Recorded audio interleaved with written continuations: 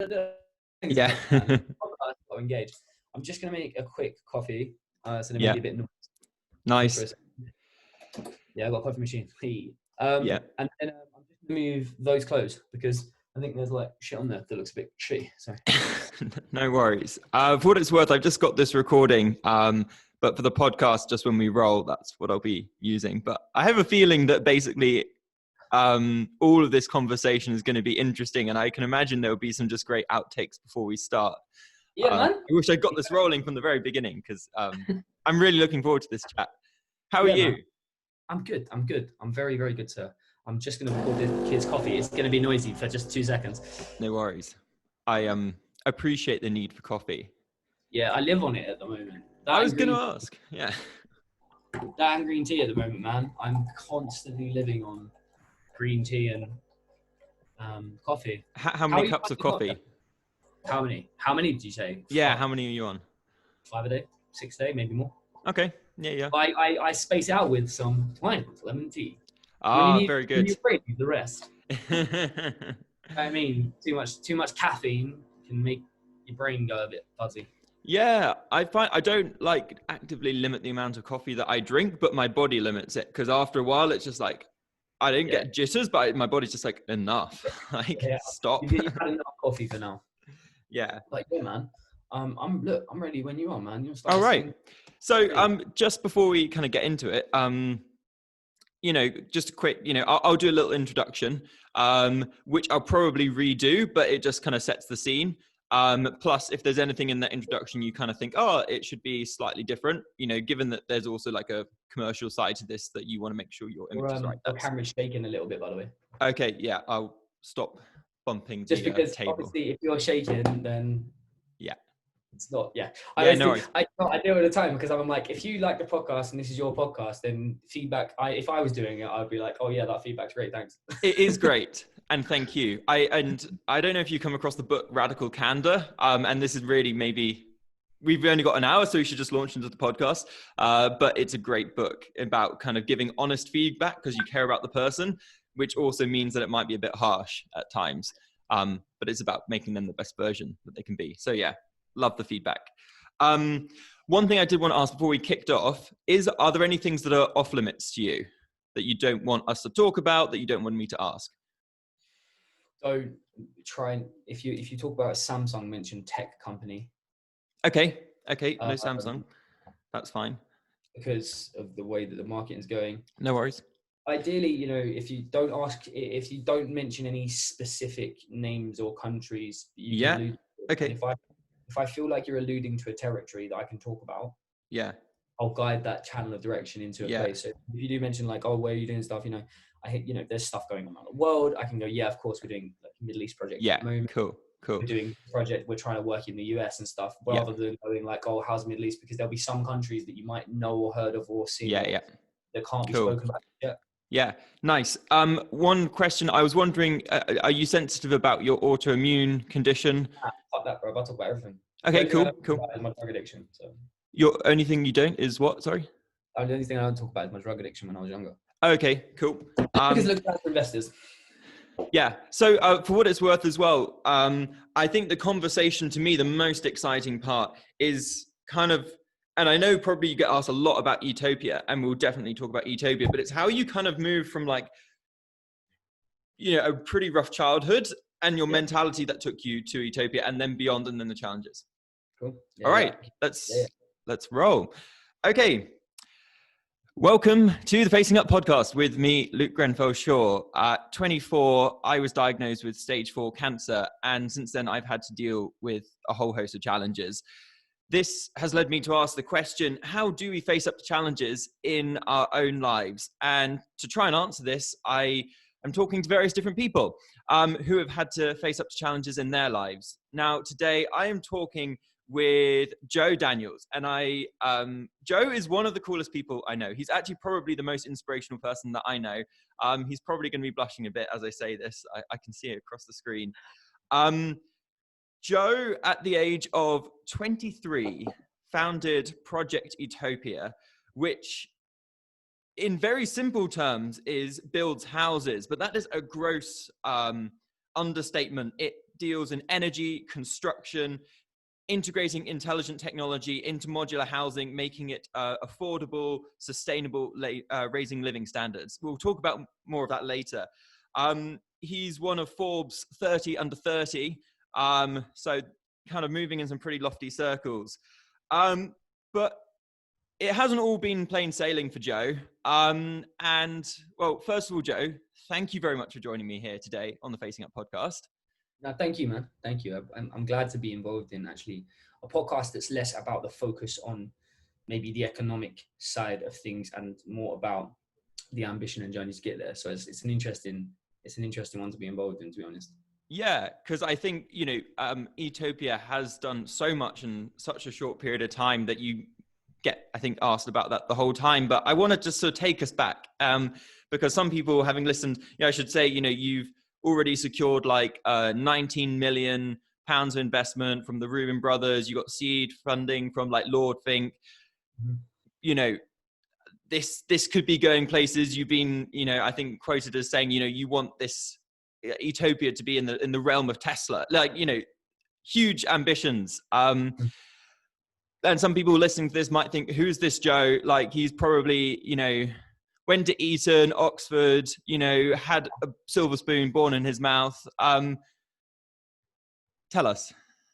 So, yeah, I come from probably the opposite end of the spectrum. I was a kid with an alcoholic, abusive father, and a mother who, despite her best efforts, and she's an incredible woman, suffered an infliction at the cost of the hands of someone like my father, who mentally abused her and led to her having immense breakdown. And my life journey started that, we weren't well off. My dad was drunk, alcoholic, constantly getting in tear-ups and stuff. And he was a very, very violently orientated man. So I grew up as this kid with, a mum that's just trying to do her best, working in multiple care homes, and a father who was just an aggressive alcoholic. Someone, Jekyll and Hyde syndrome.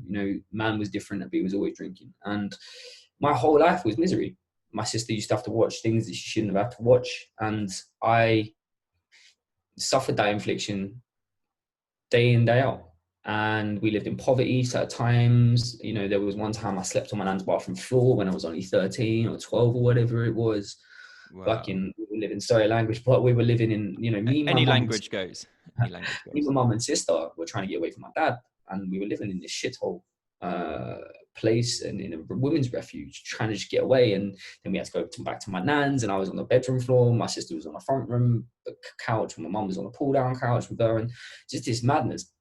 And I get to about 15 years old and I have enough. My dad almost goes to jail for something. Right. Yeah. And like my mum has a severe mental breakdown. She's put in a mental hospital, and I had nothing. And I was a kid on the road at 15 years old with literally nothing. So you're 15, like being a teenager is hard enough as it is. When in those early teen years and you had to go home, like you're going to school, what were your thoughts when you knew that the place that you'd go to after school at some point had to be that house where your father was? You kind of like, to be honest with you, do you know what, kind of funny? It's actually a relief to not have to go back to him, actually. So in hindsight, looking back on it, it's kind of like I was actually relieved, but not having somewhere to go, it was hard. You're sofa surfing, trying to stay at friends. You're in 15, and there's staying at mates, and then there's staying like at your nan's house so much that you can do that you're trying to like not saturate everything all the time before you realize that you're not wanted anywhere, and that's hard, man. And that's pretty fucking hard, but it builds a certain level of resilience. And I made ends meet, and I, originally from North London, living out in Essex, got involved in some rough stuff. Was from the age of about 15 years old to my suicide attempt at 19.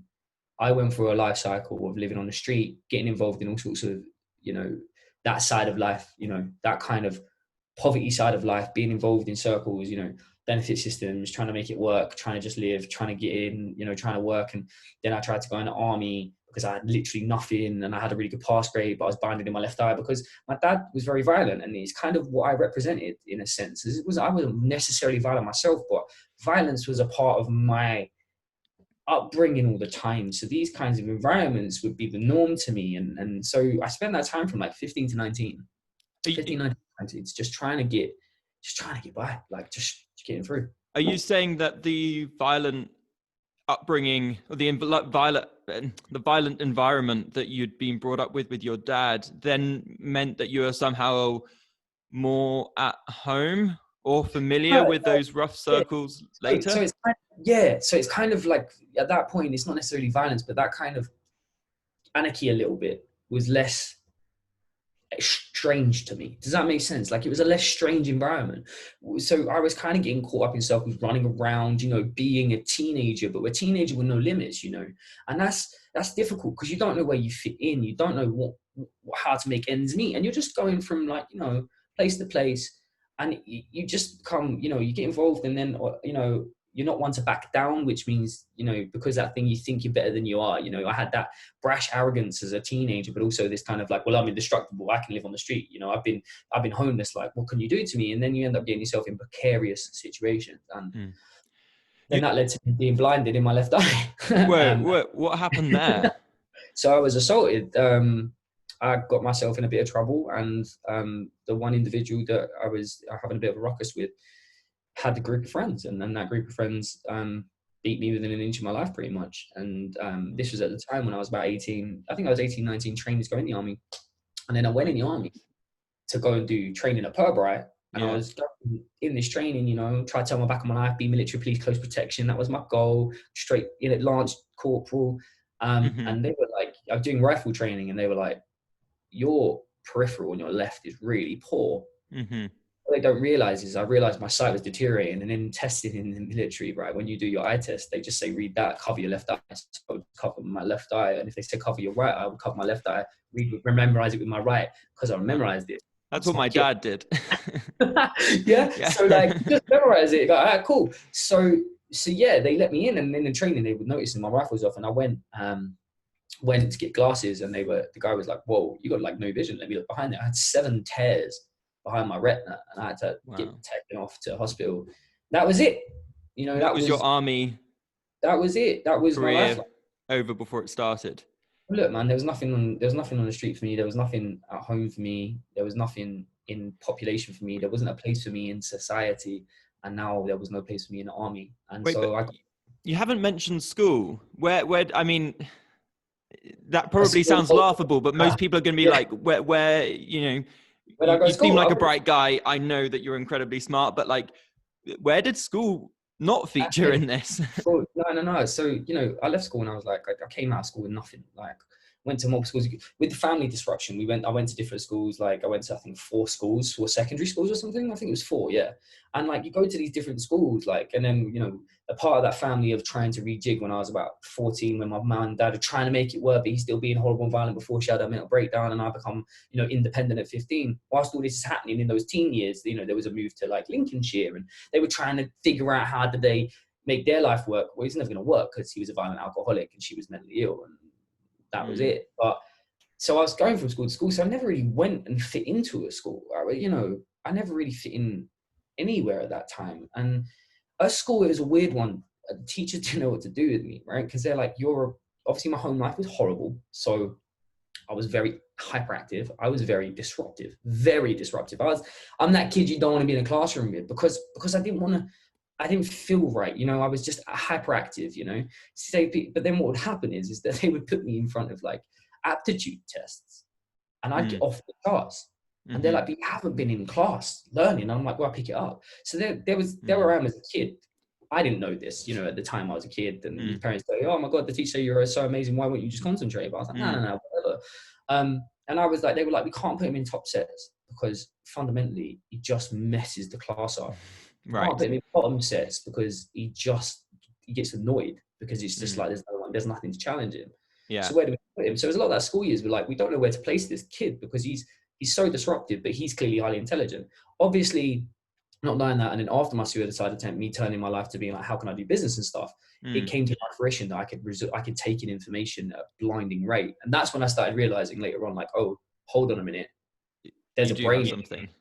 But what did you feel at the time? Like as a 14-year-old kid or whatever, like the teacher saw you as disruptive. Did you have a conception of how you saw yourself like in that environment?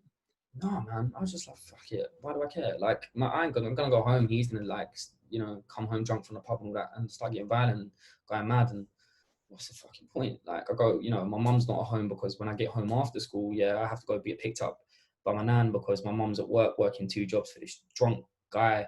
And like, what do I do? And one of those ones is kind of like, nowhere was home for me. I didn't fit in anywhere. I was like just this abandoned kid, and I'm not your typical looking kid like that, a little ginger kid that picked on a lot. Like, it happens, you know what I mean? Like, just didn't fit in, man. Just didn't fit in. And there's, obviously, I'm very fortunate to be where I am today, but it's resilient. You are incredibly resilient, but things got pretty fucking awful before you picked up again. If you don't want to go there, let's not go there. But the suicide is, that's pretty strong. Yeah. So no, I'm happy to talk about it. If I don't talk about these things, then what happens is you reflect on them too much. By talking about these things and understanding it was a part of your development as a human being, you're able to identify where your strengths and weaknesses lie. Nothing should be hidden. Nothing. You should not be able to be scared to talk about anything. We are a state of evolution, and I feel that anyone that can't talk about things that they've been through and understand there's a change of people and a change of environment, then those people need to open up a bit more. So yeah, man, when I come out of the army, I got done, then me and my girlfriend at the time went, there was nothing there. It was nothing really in my life. Do you know what I mean? So I was like, what's the point? I started hitting alcohol. I started hitting all sorts of stuff. And then one day I'd had enough. I was on cocodamol for my eye. My Royal Anglian mate, I know he dealt with death in Afghan. So I got him over. We had drinks. He went to sleep. A half full of vodka, 36 cocodamol. Cried myself to sleep, apologizing to everyone. And then 3 hours later, I woke up vomiting all over myself. And that's kind of where all this birthed, because I was like, look, if you can't kill yourself, literally, like, you try to kill yourself. If that's not your path, then you've got to do something with this. You've got to, all that shit you've been through, just turn it into something, because you've tried the easy path. So now let's try and make something of this. And do you think you needed to hit rock bottom before you started going upwards? I would have roller coasted, or ridden that mid-ground ups and downs for the rest of my life. I would never hit the highs. I would never, climbed. I would have just been on this kind of like movement of self-hate and self-destruction. And without a doubt, some people realization is a very difficult thing when you have an environment like that. And unfortunately, that was the point. Fortunately now, obviously, given that we, now that we're having this conversation, things are better. And we get to build in Africa and change the world and explain my teachings and what I've been through to help hopefully encourage others. It was shit. What did you realize at that point? You said, that realization. Did something crystallize in your mind? Yeah, if you can't kill yourself and you've got one life, you best do something with it. It's as simple as that. Like, you can't, what are you going to do? Try to kill yourself again? Like, bro, you tried that. Like, come on, man. If you've woken up vulnerable, just get up, get on with shit. Like, that's it. And that's when, so I was doing poetry at the time with a very close friend of mine, Carl. Wow. And I don't know, it's I suppose an expressive version. I still didn't know I had any intelligence, right? So I was writing stuff, and my friends were musicians, right? They do a lot of like rhyme tracks and all this. And we used to go to studio in London and do some R&B and all this music. So, I was around that. I was just writing poetry. I couldn't sing, couldn't rap, nothing like that, So I was just doing poetry. And then my mate who was the artist. I was like, look, man, I think I can do this better than your labels can, like all these people that work, the labels you work with. And he was like, nah, bro, you don't know what you're doing, blah, blah, blah, blah, blah. Long story short, I was like, do you know what? Don't worry, I'm going to start a music label and a media company. And he's like, all right, mate. It's at that point that I started, I wanted to learn, and I become a award-winning web designer within 6 months. And then I started programming. I feel we've missed something here, Joe, because like we can you just take us back, because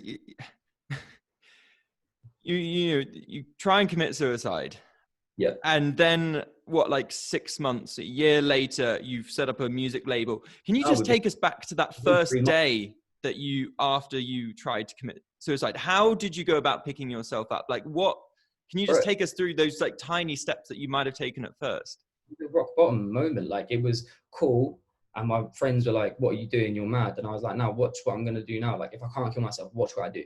Like, I've had enough of this life. Like, I'm done with it. Like, watch. I started going studio, sleeping on the floor in a music studio with Carl, just laying there. Like, what can I learn? Learning, like, what can I do? I could go on video shoots with him, learning. I'm like, cool, I can do this. He's like, all right, mate, don't get carried away yourself. I'm like, no, watch this. Within 12 months, I was an award-winning web designer. I'd won a web design for my media company. We were getting contracts from clients. I was shooting music videos and signing artists and all it was using my skills. So I was literally had no money yet, but I was figuring out, okay, well, I can get a block of studio time if I work with that guy and help him with a few bits of his business, and Carl would then produce a few tracks for me to be able to give to the artist, and I'd help them write a little bit because of my poetry. And I was just the guy and just trying to get in between. And I'd, figure out web design. I won an award at the Essex Digital Awards in like 2016 or whatever it was. Right. You just figured out web design as you do. It's not, but the thing, the irony of it is, the way they teach you, and this is going to sound really quite hard, the way they teach you in school makes it feel like you have to pick specific things and master them before you can have skill in that thing. When in reality, if you spend time doing a thing and then getting mentorship and listening to someone that knows how to do that thing, you end up learning how to master that thing in a very, very short period of time. Look at me now, like I'm developing a planning portal in a gaming engine, which I'm designing through architecture and build systems that I invented as basically an architect with no degree, that I built out in Africa. And it's the highest performing building in the world. Why is that? I learned shit. But for what it's worth, this is like vintage Joe right here. Like that is perhaps as quintessentially Joe Daniels as you get. And that might sound like, when I first heard Joe talk, he like dropped me this WhatsApp message. He was like, hey, Luke, like heard of you. He's like, what's up, bud? I've heard of you. You seem to have an interesting story. I'm basically, and to paraphrase, saving the world, climate change, this, that, and the other. And I was like, whoa, this guy, like he's got some good chat, but I don't know if he's like walking the walk. But maybe we need to like actually hear the walk that you have walked a bit more. How old are you when you set up this, you win this award for web design and stuff? Web design award, I was 22. So it was only like a year or two after the whole suicide period. So it's like early 20s. I'm now just turned 28. I've been doing this for 5-6 years. So there was a bridge gap in this whole media thing where I was doing it was going quite well. Like, I'd signed Carl to the label. I went on tour with Maverick Sabre. So it was getting quite good, but it weren't a game changer. And there was a part of me inside that was like, look, man, look what you've done in the last couple of years. Like last few years, you've lived in an office, you've lived in nothing. You've managed to get yourself an office. You've then lived in that office. You built a media and music label out of literally nothing. You've been featured on BBC Radio. You've got something here. You can learn stuff. You want awards for web design. Like, where can you apply yourself to? Go back to when I was a kid, right? So when I was about 11 or 12, my dad was an air conditioning engineer, an electrical engineer. So he used to take me and teach me mechanical and electrical engineering when I was like 11 or 12. And something that stuck in my mind from all those years ago was the fact that people were using gas that was imported rather than powering a compressed gas that doesn't leak necessarily to convert electricity into heating and cooling. And that was always a bugbear for me. I always used to go back and I was like, why has everyone in the UK got air conditioning? So I was like, I think there's got to be something here that I can do that's going to make impact. What hit me the most? And I remember being with my mom and sister, having nothing, having single glazing. We were trying to get benefits to make light ends meet. We've run out of gas and electric and all that stuff I'd been through in the past. And I was like, I'm going to build the best fucking building in the world. And I'm going to make sure everyone in the world can get access to it. And that was it. I said, I'm going to build the best building. And what am I going to try to do with it? And I said to myself, I'm going to try to build a utopia. Yeah. I'm going to build this utopia. But it can't be utopian because in real life, utopia don't exist. There are going to be kids in poverty. There are going to be kids getting beat up. You can't change human patterns. There are going to be these things. So what you need to do is, what do you apply to build utopia? What makes the world go round? People and, unfortunately, money. So let's look at economics. Okay. Yeah. Take the economic point. Let's think about, well, how do I build buildings economically? Well, one, it's got to be scalable. So you've got to be able to get it out there. And one, it's got to be affordable, so anyone can afford a version of it. 2, when you talk people, you think sustainable, right? So you think, okay, so what about environmental? Well, one, the world's on fire. So let's not build it the way they built it before and keep triggering the world on fire and burning stuff into the atmosphere. Right. You mean like climate change is just like causing like, all sorts of problems. That should not be like, it's weird. Like, it shouldn't be a discussion point. The world is on fire. Like, do you know what I mean? So that's like, cool. Don't build it out of rubbish, and make sure it can be circular in its economy. Right. So make sure when you've gone to the economic bit, make sure that you're building this out of materials and things that can be sustainable. And then finally, social acceptability. Design it or build it or do it in a way where people actually want it. And that can be a family in Africa that like to do all of their barbecuing outside because it's warm all the time, or it could be a floodplain, or it could be a freezing cold place in Antarctica. Build it so that when you design these technologies or these things, whatever you're going to do, Joe, just make sure that like people are going to want it. And I took that, and that's when it called it Etopia. Right. Etopia. Etopia, economic, environmental utopia. And then from there, that was the start of the journey and understanding. I started learning about architecture, thermodynamics, agriculture. Right. I started learning what goes into a building, what works in a building, what's used by a building, what do people use on the streets. I started looking at, urban planning and going, well, what do we do as people? And taking myself on an internet intellectual journey of discovery. Yeah, you say all of this so casually, but I think most people, perhaps almost everyone, would not even know where to start. I mean, on one hand, most people probably would have been content setting up their own record label. For some people, that might well be a very, something they'd be delighted to do once in their life. And that is like job done well. Yeah, I felt for me, it was just... Where did the confidence come from? I've always had confidence. I think that's just one of my things, I don't know whether it is my ability to learn quick, or when you put me in a socialist situation to be able to really understand things quickly, probably a little bit uncomfortably for people. Like, I can analyze and review things. Like, and I think naturally having that throughout my life, even though I didn't have the academia, socially, I was able to pick things up. And I think that confidence comes from knowing patterns and knowing people. And I kind of just got that little bit of confidence because I'm like, I know I can get that situation done, or I can figure this out quite easily because of my natural ability that I didn't realize I had. So I think that confidence had just been building in the background, throughout my life, and it paramounted into me being able to actually learn academic stuff and going, holy shit, this is quite dope. Like, I should learn more of this stuff, and I'm going to change the fucking world. And slowly but surely applying my mindset to innovating new things to do that and fit this program. How do you start? Like, because it's a huge, huge elephant that not just one elephant you've got there. You've probably got a line of elephants that you're trying to eat. And other people might be thinking, like they want to start up their own business. They want to take their life in a new direction, but there seem to be a lot of challenges and not a lot of new things to learn. How did you do it? And like, what advice do you feel kind of everyone can take away?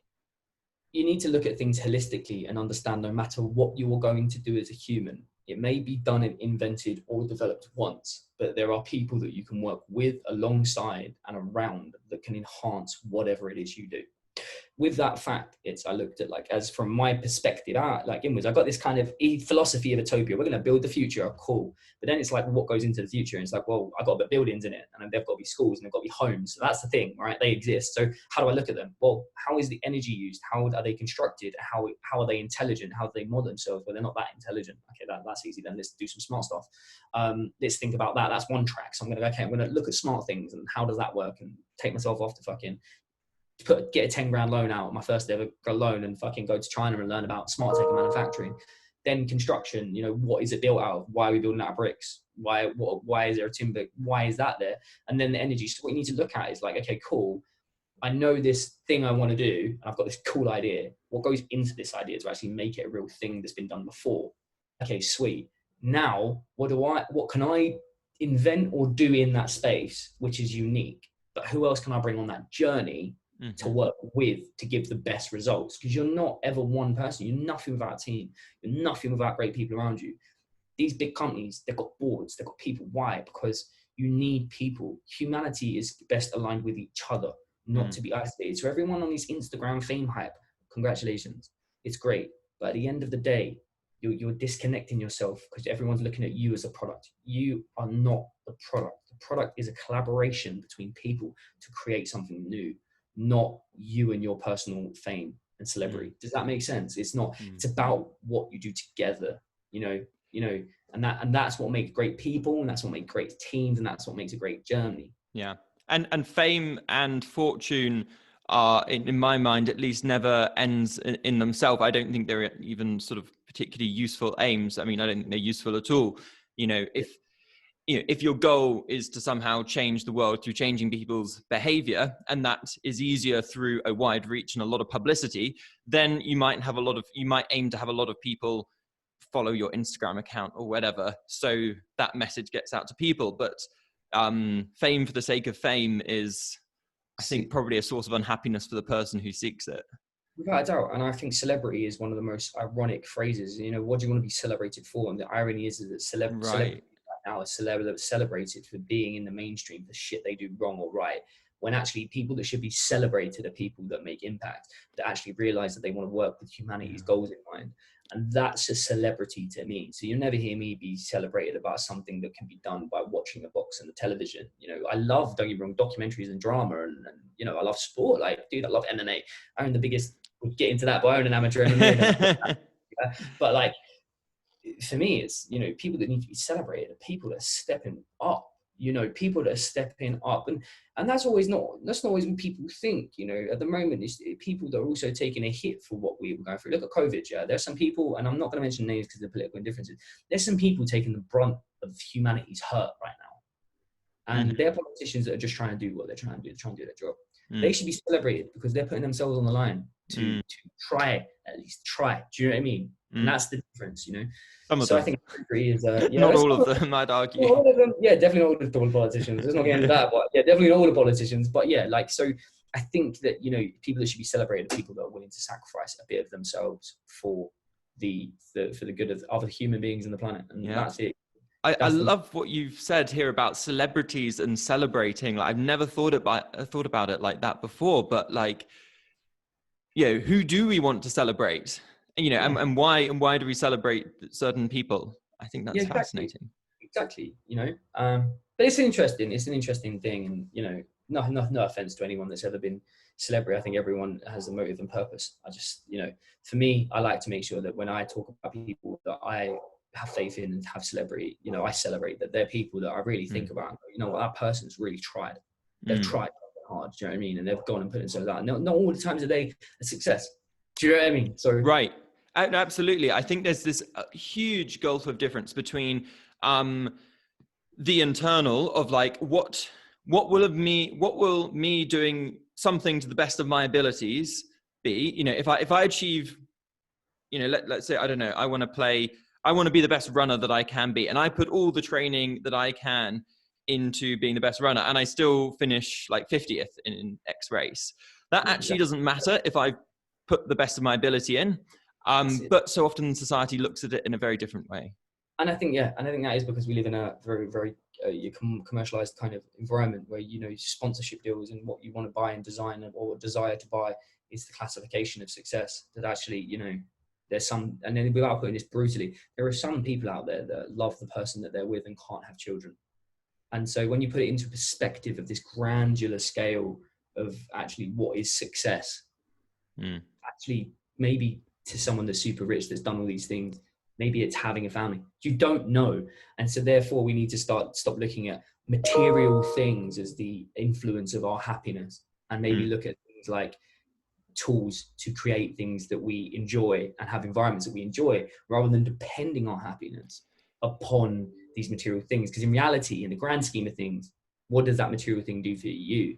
And does it have an impact on the rest of your life, that material thing, or is it something that you bought as a temporary support mechanism for you to feel a little bit better? And if you spend more time thinking and self-helping and self-thinking and thinking about what you want, maybe you'll then go on a journey. And that is when you find people endorse others, even if they don't have success to the definition. The sponsors go away and you're just there for people, not for the mechanism of money making.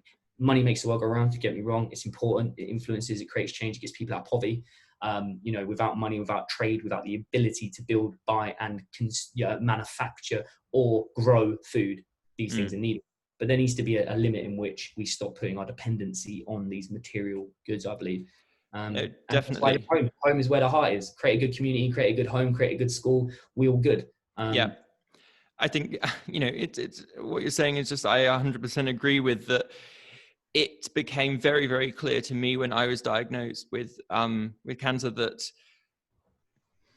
these material things just don't matter. It's like, okay, imagine, I bought a car, or I somehow could then buy a house, and so what? Like, it doesn't then mean that, like, yeah, sure, I've got a house to go back to. And actually for some people, and, perhaps yourself at one point in your life, that would have been a really big positive, like a really important thing. But, having your dream house, like, what does that actually achieve? You still have to sort of do something, and the rest of the time you still have to live, even if you're surrounded by 4 teak walls or whatever it is, it doesn't bestow meaning in itself. What we need is sustenance and support, human need, and a warm roof over your head. Like, if you come back to what Etopia do, right? And it's about, like, dude, it's about building quality things. It's not about, people can build their dream home because that's their design perspective. That's a creative person inside them. But fundamentally, the whole principle of it is like, there's kids in Africa living in tin sheds, yeah. They're in a regular, it's 80 F on a regular day, right? And that's just the exterior. In that tin, it's like 140 F, like Fahrenheit. Like, Fahrenheit. So what were we in Celsius for our non-American audience? Celsius is 80. So then, you're going way 40s, like, you're going mad when you start getting inside these things. And right. Yeah, man, it's like, that's just the need. Like, that's just human need. So once you go past human needs, like, what else is there? And I think if we spend so much more time communicating as people, and not judging, I think we'd be in a better place. But we need comfort for that. You've got to go into, there is reasons there's envy, there's reasons there's jealousy, and that's because, I wasn't a bad guy, I wasn't a bad human, but necessarily was I a good person? Was I good, nice to be around? Not necessarily, because I was going through shit. So actually, let's make the environment a little bit better for the people, and then therefore kinder to each other, knowing and putting in place. I think COVID's done that as well. We're now putting a price on just how important it is to go and fucking see a friend. Right, for sure. You know what I mean? Yeah. I mean, it sounds a bit like, you're alluding to, like, the hierarchy of needs, along the bottom of, water, shelter, food, and then you've got, data. Data, yeah.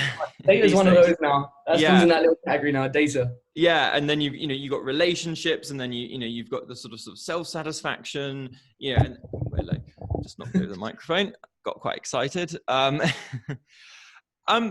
So tell us more about Etopia. You set Etopia up in 2015 at the age of 23.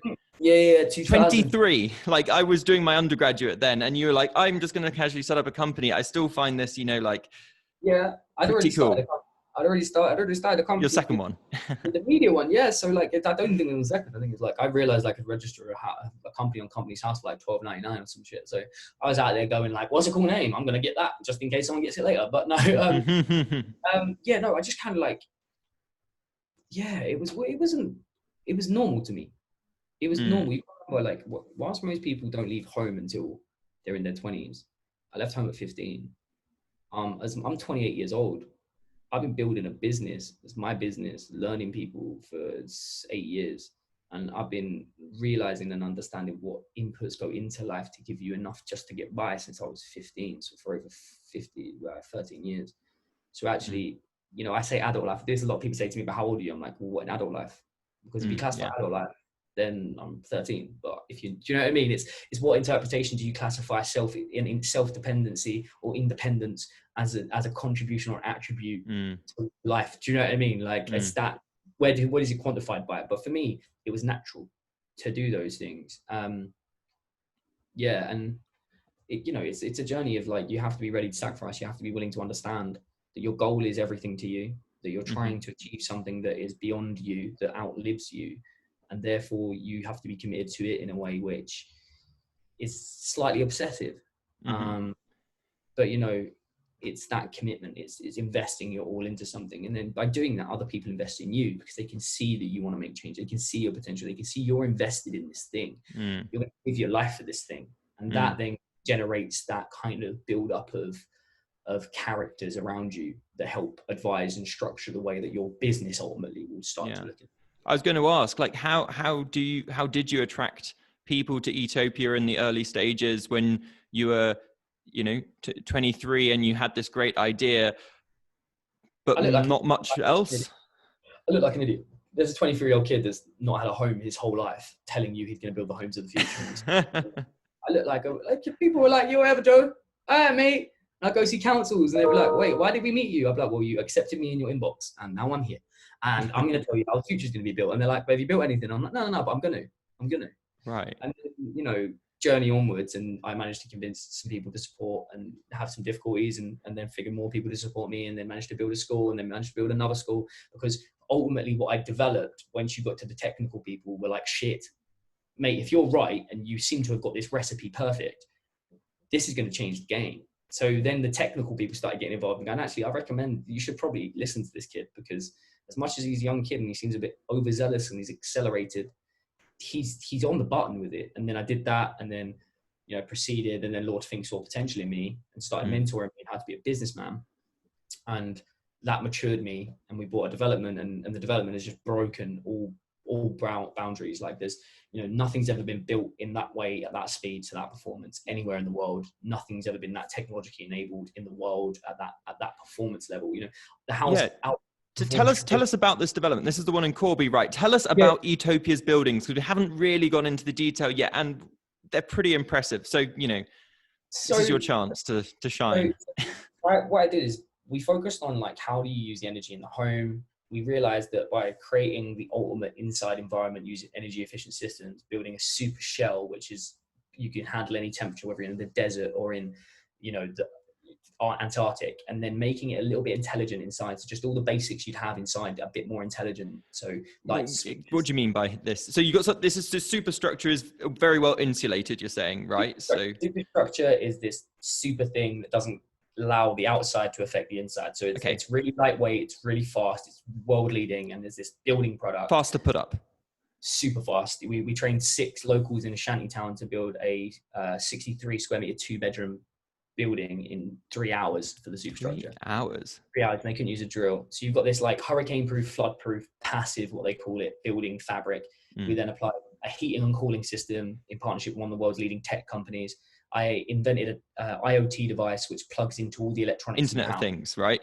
IoT, Internet of Things. Yeah. So smart switches, sockets, smart blinds, smart sensors, really simple stuff. One could put it in. But then when you put that together and you put some renewable energy on it, you've now got the ultimate building blocks to a building, but they're all very unique in the way they communicate and in the way they're manufactured and the way they're put together. By doing that, I can then design pretty much any building. So then we started looking at the design approach. So I've got these energy products, I've got construction product, I've got intelligent IoT products. Combine them and put them in different ways together, in different ways and different shapes and sizes. Doing that, we then ended up building energy positive buildings. I've designed them so well that they now became energy positive. Wait, you're saying, just to make this very clear, that your buildings actually produce more electricity than they consume? Yeah, so this is cool. So if you bought one of our houses at Corby, over the mortgage life of 25 years, which is what you get money mortgage for, over that mortgage life, it will basically lock off and put into the grid the equivalent of 167.5 tons of CO2, right? So if you take that into consideration, by buying one of our houses, it's like taking a car off the road for 36 years because it produces carbon back to the grid, so free energy, effectively offsetting carbon elsewhere. And it's the equivalent, so this is called building 1 square meter of an Etopia home is the equivalent of planting 2.3 hardwood trees. 2.3 hardwood trees, okay. So our homes are better for the planet in terms of energy generation. Forget about usability. If you literally just built a 1 square meter unit of our building, it'd be more energy effective to build that unit in place of a normal home than plant 2.3 trees. So if you're taking into account, sourcing, because you're going to be using, because presumably there are solar panels involved. They have, precious metals perhaps coming from Congo, which has a whole host of ethical issues there. There are going to be, it's the classic like lithium ion battery, question when it comes to electric cars. Are they as green as they really seem? Are your houses as green as they really seem? Way more than. So what we're able to do is by building these units, you've got a consumer occupied space. Humans generate heat naturally anyway. So by not using any heating source, in principle, what you're doing is you're allowing that functional space to be an existing space. But then by covering that in solar and having minimal energy usage, you're basically creating a power plant. So it's purely renewable. And by doing that, what you're able to do is, because that energy has been paid for and created, that energy source, a solar panel will create more energy than was used to manufacture in its first year. Like this is what happens with the assets. So if you consider in the first 5 years, you already pay back the debt of the house itself for all of the CO2 used to build it. Then from thenwards on, for the next 95, 100 years, it's still creating energy. Now the solar will dip off after 25 years. You will have to replace the solar, but you won't have to replace the building. So therefore, you're affecting carbon positivity because it's using the solar radiation. It's taking the ambient energies in the world, even the air in the house and outside the house, to use that in a way which makes humans comfortable, which means it doesn't consume energy. Are you also saying that your houses don't have a heating system? They do. They have to. Considerations are it gets extremely cold in winter. It gets extremely hot. 95% of the year round, you do not need any heating or any cooling because they're so well designed. But what we do have is a mechanical ventilation system. So the ventilation system distributes the air and the heat that's created by humans into other areas to keep the bedrooms warm. And then when it does need a little bit of heating or cooling, it just it's applied to our technology air source heat pump and just pumps a little bit of energy into that system just to bring the room up to temperature. And it doesn't lose anything because the building material is so good. So it's just really just topping up a really quality system. And then we use our sensors from our IoT device that monitors that constantly. Is auto shading. So we're just looking after the whole environment. So the house maintains itself. And when humans it uses that energy from the humans to distribute it, which means it doesn't need to use any energy like a normal house would. And auto shading, are you saying that the windows darken? Yeah, we have our own invented and developed blind technology. So the blind will talk to the sensor. Sorry about that. The blind will talk to the sensor, and that will then talk to the lights. So what happens is the shade, if it feels like the room's getting too hot, the sensor senses that, and the blind will sense the light. It will then bring that down just a little bit, so it stops too much of the solar gain coming in, and then the lights will increase the daylight in the room, so the room light level will stay as well.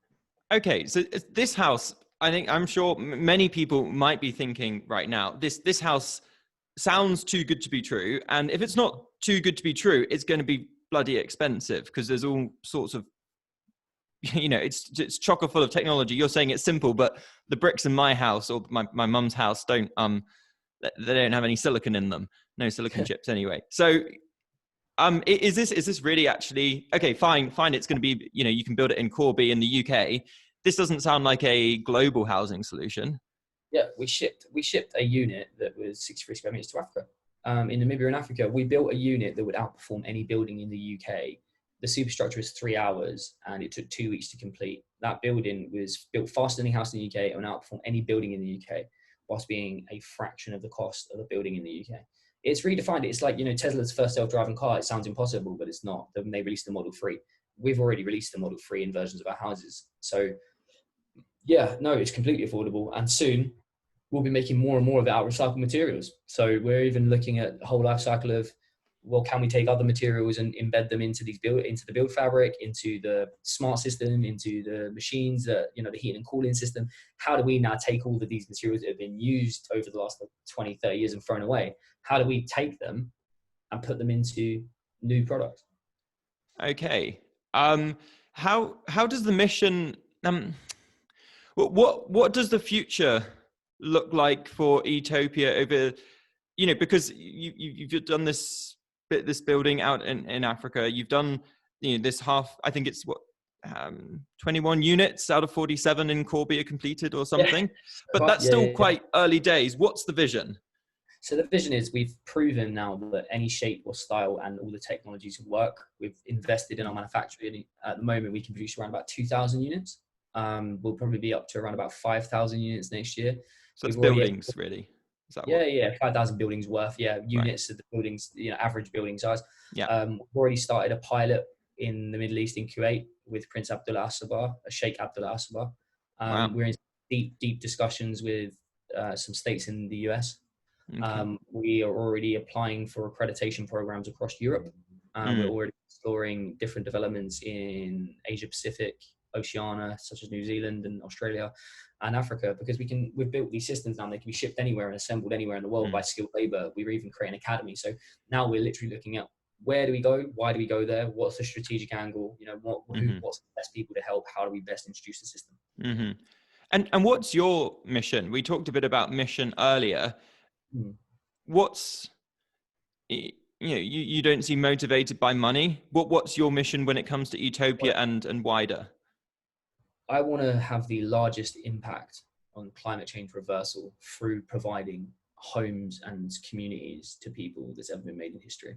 Habitat for Humanity built 800,000 units as an organization. The UN, you know, got under management around about 100,000 units of housing, and the world is currently going through climate deficit, climate issue. I want to be, you know, my impact, hopefully the Etopia will create a system and a legacy of change where actually the way that we build and live is changed indefinitely from using old ways into using these new methodologies and introducing new other people's technology to them. So my goal is really to create a legacy proof point that, so I went to an event and David Attenborough was at the event hosting, and he said, you know, is this going to be the final year where we can make environmental factors actually economic? And that's my point, is it can I pioneer and steer the way on building cities that make economic sense, but also don't have a negative impact and support the previous industry infrastructure that is bad? And then can we develop technologies to help the existing infrastructure as well?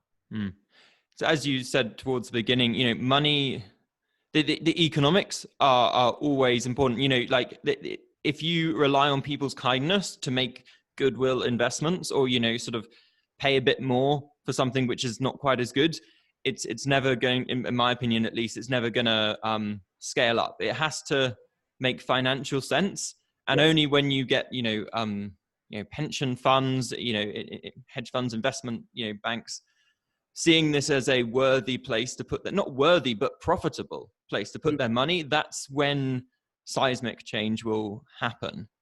Yeah, and we're in that at the moment. You know, the Reuben Brothers are, you know, one of the wealthiest families in the UK, and they're recognized globally. And the reason they invest in us is they see us creating circular economy. You know, you can make money, but also you can make change. And that's what they saw us as. You know, they saw us as a company. It's okay, you've got real estate, and that is a value. There is economic value in real estate. You have land and earth and materials and buildings and energy, you know, data. You know, they see these values.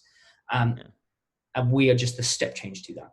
And now we're seeing more institutes take it up. They're realizing, you know, how can someone tell me, with any billions and trillions that they may have, whatever, how can they turn around and say, well, I'm going to invest in that asset over there, which kills the planet and isn't as good for the consumer, when yours literally reverses climate change, is built faster, is built better, and will last longer. So when you're building something that ultimately, you know, when you go get an electric car, you're not going to go get, you know, Toyota Skoda, are you? If you can afford an electric car that drives itself, that has a computing system in it that charges, and you don't have to have carbon guilt. We're that. And now the institutes are saying, well, actually, fundamentally, it is better in every way. So therefore, why aren't we helping you? And they fortunately are now starting to help on that side of things and really support the Etopia vision and dream. Wow. Big statement. And I mean, I'm very excited to see how this develops. I kind of want to ask, and maybe, you know, to finish and to draw this back in a circle, I hope everyone listening to this has got a feel for not just the fact that Joe talks the talk, but he has walked the walk and then some. He's probably run it, actually, and then done the marathon on top of that, which is something I've got great sympathy for, of course. But I'm kind of want to sort of, you came from such difficult upbringings, you know, to what extent has that actually made Etopia possible today? Do you think, let's say, to an extent, I was very fortunate to come from a background where, you know, loving family, I had so many opportunities, you know, stable family, went to a great school. To what extent do you think your life would be different, or Etopia might exist, if you'd had a more comfortable upbringing? It wouldn't have. Etopia is the birth of suffering that I incurred over a period of time, and I would not have had the resilience to be able to achieve what I have. To be able to do these things, like I said earlier, it takes a commitment, and that commitment has to be unwavering, and you have to have so much self-belief. And, you know, it's hard when people tell you no, and you're constantly told no. And I do feel personally, for the scale that I'm trying to achieve, it would have been a very, very, very difficult task, because I wouldn't have had that personal resilience. I don't think my character would have been hard enough. And also, I am a very emotional human being. Like through, you know, I love consideration. I'm very humanitarian, very social person. So that kindness also almost got washed out of me. So I think that I'm very fortunate to have experienced that, where I didn't completely lose all of me in that process, but also I had so much hardship that, you know, I was going to take my own life, that built a backbone or a structure to me that made me put things in perspective. And, you know, when I get told no, I'm like, well, look, you're not dead, you're not hungry. Like, you know, at the end of the day, just keep going. It's your journey. Nice. At the end of the day, it's your journey. Keep going. I think that is a great place to finish. I think we're all on our own journey, and I think something I've come to realize over the last, I don't know, 3 weeks, month, is that it's so important to enjoy the journey. And if we get obsessed by the destination, then we're always going to end up not just dissatisfied, but perhaps unhappy, because that destination is never going to be quite what we imagine, or it's never going to leave us fulfilled, you know. And if it only becomes worthwhile when we reach the destination, then what about right now? Yeah. So thank you.